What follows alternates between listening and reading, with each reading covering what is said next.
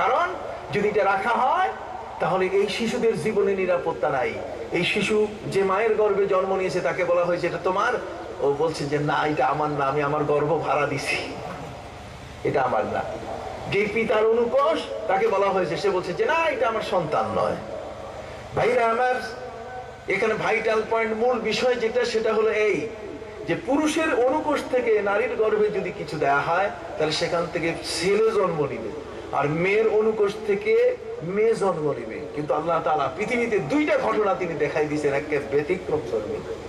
পবিত্র কোরআন মাজিদে আল্লাহ বলেন, ইন্না মাসালা ঈসা ইনদাল্লাহি কামাসালি আদম খালাকাহু মিন তুরাব। আল্লাহ বলেন ঈসা এবং আদম দুটোকে তোমরা একসাথে মিলাও। পৃথিবীর মধ্যে তোমরা ঈসাকে আল্লাহর পুত্র বলো কেন? আল্লাহর আসন কেন তাকে দিয়েছো? যদি তাই দাও তাহলে তোমরা আদম সম্বন্ধে কি বলবে? ঈসা বাপ না থাকার কারণে যদি আল্লাহর পুত্র হয় তাহলে আদমকে তোমরা বলবা কি? উনিও তো বাপ নাই, মাও নাই। কথা কথা, ঈসার তো মা আছে। ঈসার কি আছে? কেমন মানুষ আপনার কথা বলেন না কেন? নড়াচড়া দিয়ে উঠেন। না জাগলে তো হবে না, জাতি যাবো, না জাগলে হবে না। সম্মানিত সুধী, ইন্না মাসালা ঈসা ইনদাল্লাহি কামাসালি আদম খালাকাহু মিন তুরাব। ঈসা নবী বিনা বাপে পৃথিবীর মধ্যে এসেছেন। তিনি যদি খোদার পুত্র হতে পারেন, তোমাদের কোথায়? তার মা আছে, তার যার বাপও নাই, যার মাও নাই, তারে কি কইবা? আল্লাহ ঠেকাইছেন কেমনে? কথা বুঝতে পারছেন? মজার ঘটনা যেটা, সেটা আরো সুন্দর। সেই ঘটনাটি হলো এমন যে পৃথিবীর মধ্যে কোরআনবিদদের উপরে আল্লাহ তাআলা তার কুদরতি বিজ্ঞানকে এমন ভাবে চাপিয়ে দিয়েছেন যে আজকে তারা কোনো দিশা পাচ্ছে না। পুরুষের অনুকোষ থেকে নারীর গর্ভে পুরুষ হয়, কোরআন শিশু। কথা বুঝতে পারছেন? কিন্তু আল্লাহ তাআলা তার ব্যতিক্রম দেখাই দিয়েছেন যে বাবা আদমের দেহ থেকে, বাবা আদমের দেহকোষ থেকে তিনি একজন নারী তৈরি করছেন, হাওয়া। সুবহানাল্লাহ। আজ পর্যন্ত বিজ্ঞানীরা পারে নাই। এই যে কোলন, হাওয়া, কোলন, এই কোলন শিশু হাওয়াকে আল্লাহ তৈরি করছেন বাবা আদমের অনুকোষ থেকে। তো কাজে পুরুষের থেকে নারী তৈরি হয়েছে, এটা আজ পর্যন্ত কোনো বিজ্ঞানী পারে নাই। পুরুষের থেকে পুরুষ পারছে, কিন্তু পুরুষের থেকে নারী, এটা ভিন্ন আরেকটা লিঙ্গ, সেটাকে আনতে পারে নাই। আমার আল্লাহ বললেন, দেখো আদমের থেকে আমি হাওয়াকে তৈরি করছি একটি ভিন্ন লিঙ্গে। আবার ঠিক এমনি করে হযরতে মরিয়মের গর্ভের ভিতর থেকে আমি সেখানে ঈসাকে বাইর করছি, নারীর অনুকোষ থেকে আমি বের করলাম কি? পুরুষ। তোমরা একটু দেখাও দেখি, এরকম করে আজ পর্যন্ত দেখাইতে পারে না। ওয়ালিনাজআলাহু আয়াতাল লিন্নাস ওয়া রাহমাতাম মিন্না। আল্লাহ বলেন পৃথিবীর মানুষের জন্য মরিয়ম তোমাকে আমি একটা নিদর্শন হিসেবে উপস্থিত করছি। সুবহানাল্লাহ।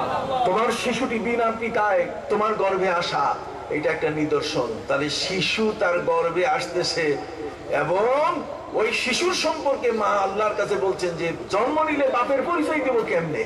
তখন ওই শিশু অর্ধেক পৃথিবীতে আসছে। কন্যা সন্তান প্রসব করার জন্য তিনি গেছেন কোথায়?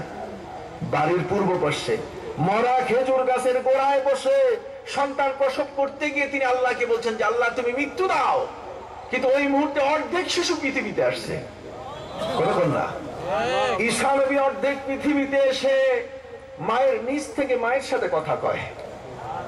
ফানাদাহা মিন তাহতিহা আল্লা তাহজানি قد جعل ربك تحتك سريا। রে মা, তুমি আমাকে প্রসব করে দাও। আমার জন্ম নিয়ে তুমি ভাবতেছো যদি পৃথিবীর মধ্যে আমি জন্ম নেই তাহলে আমার বাপ ছাড়া পৃথিবীতে আসা হলো কেমন করে? তোমাকে মানুষ ধরবে। পৃথিবীর যে কেউ এ বিষয়ে যদি কোনো প্রশ্ন করে তুমি একটু মাথা ঘামাইও না মা, আমি প্রশ্নের উত্তর দেওয়ার জন্য প্রস্তুত আছি। সুবহানাল্লাহ। নাদাহা মিন তাহতিহা আল্লাহ তাহজানি কাদ জাআলা রাব্বুকি তাহতাকি সারিয়া। বরং তুমি যে মরা খেজুর গাছের গোড়ায় বসেছিলে, তুমি দেখো ওই খেজুর গাছের গোড়ায় কোনো পানি ছিল না, আল্লাহ তাআলা জমজমের মতো পানি চালু করে দিয়েছে। সুবহানাল্লাহ। ওই পানি দিয়ে তুমি তোমার নিজেকে পরিষ্কার করো, আর মরা খেজুর গাছের গোড়ায় তুমি বসেছো, সেই খেজুর গাছের মাথার উপরে খেজুর ছিল না, ডাল ছিল না, পাতা ছিল না, কিছুই ছিল না। তুমি একটু নজর দাও, আমি জন্ম নেয়ার কারণে আল্লাহ সেই খেজুর গাছটাকে জিন্দা বানাই দিয়েছে। খেজুরের পাতাগুলো তরতাজা হয়েছে, ওর মাথার মধ্যে তরতাজা খেজুর ধরেছে। وَهُزِّي إِلَيْكِ بِجِذْعِ النَّخْلَةِ تُسَاقِطْ عَلَيْكِ رُطَبًا جَنِيًّا। যে কোনো একটা ডাল ধরে তুমি ঝাঁকি দাও, দেখবে তাজা পাকা খেজুর তোমার মুখের উপরে এসে পড়বে। হযরত ঈসার জন্মের কাহিনী আল্লাহ বলতেছেন কিনা? জি, জোরে কোন না? জি। তাহলে জন্মের কাহিনী এটা বর্ণনা করা আল্লাহর সুন্নাত, কত না? ঠিক ভাইরা আমার, হযরত মুসা আলাইহিস সালামের সম্পর্কে আপনি দেখেন, সেখানে মায়ের গর্ভে মুসা যখন, তখনই ফেরাউনের নানা শাসন। এরপরে মুসা নবী জন্ম নিলেন, মা হিমশিম খাওয়া শুরু করলেন। আমার আল্লাহ বলে দিলেন, তোমার শিশুটাকে তুমি বাক্সের মধ্যে ভরে নদীতে ভাসায় দাও। যে আইন করছে তোমার শিশুকে মারার, তার ঘরে তোমার শিশুকে লালনের ব্যবস্থা করব। কারণ আমি আল্লাহ। কারণ কি? আল্লাহ। আমি আল্লাহ, আমি আল্লাহ, আমি এটা পারবো তোমার শিশুর লালনের ব্যবস্থা। যে তোমার শিশুকে মারার পরিকল্পনা করছে, তার কাছেই আমি তোমার শিশুকে দিয়ে তার হাত দিয়ে লালন পালন করবো। এই জন্য মিশরের পল্টন ময়দানে যখন বিশাল জনসমুদ্রের মধ্যে ফেরাউন নিজের খোদাই দাবি করছিল, তখন হযরত মুসা আলাইহিস সালাম প্রতিবাদ করেছিলেন।